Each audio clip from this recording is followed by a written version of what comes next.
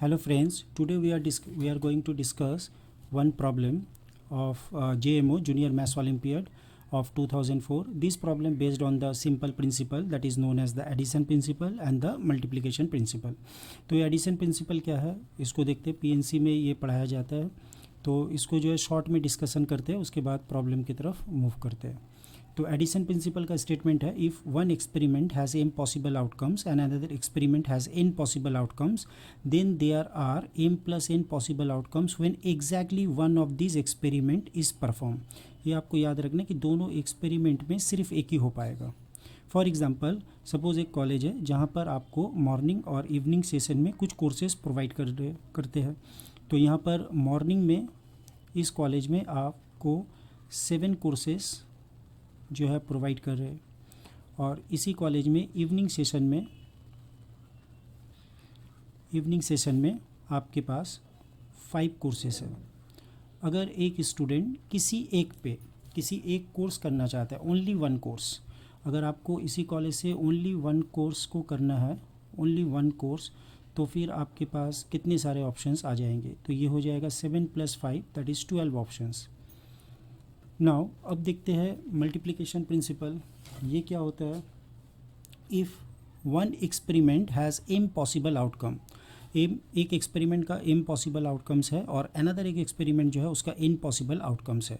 अब ये दोनों एक्सपेरिमेंट परफॉर्म्ड हो सकते हैं m × n वेज में।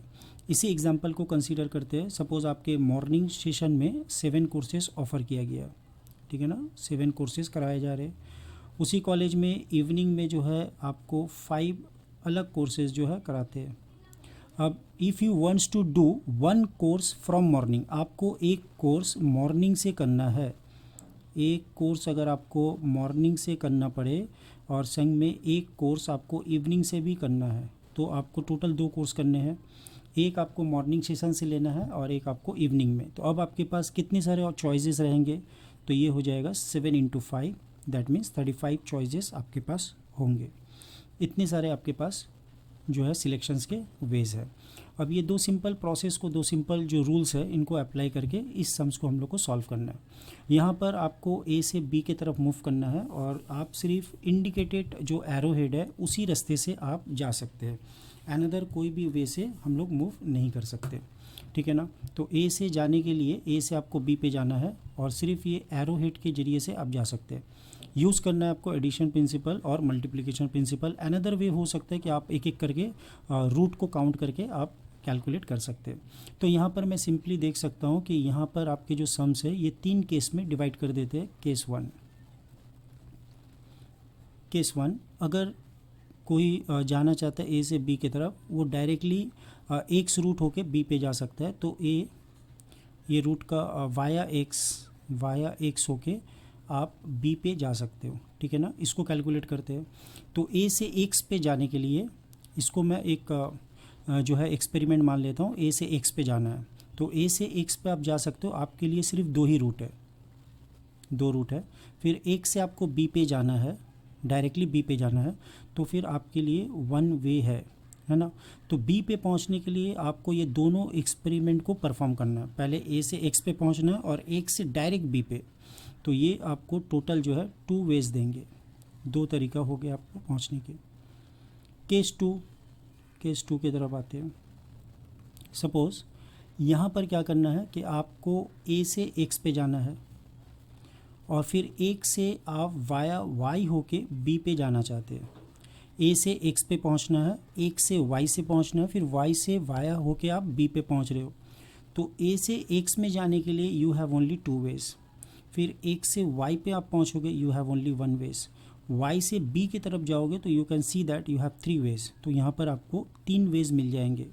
अगर आपको बी पे जाना है तो ये तीनों एक्सपेरिमेंट को परफॉर्म करना होगा। फर्स्ट आपको एक्स पे रीच करना है, ये एक परफॉर्म करना है एक्सपेरिमेंट। दूसरा एक्सपेरिमेंट है कि आपको वाई पे आना है, ये भी परफॉर्म करना ज़रूरी है। फिर वाई से जब आओगे आप, फिर आपके पास 3 रास्ते बचेंगे, आप बी पे पहुंच सकते हो। तो बी पे पहुंचने के लिए, ए से बी पे जाने के लिए वाया एक्स एंड वाई आपको हर एक्सपेरिमेंट को परफॉर्म करना है। तो that means you can apply here multiplications rule. तो यहाँ पर आपको कितने वेज मिल जाते हैं, 6 वेज, ठीक है ना।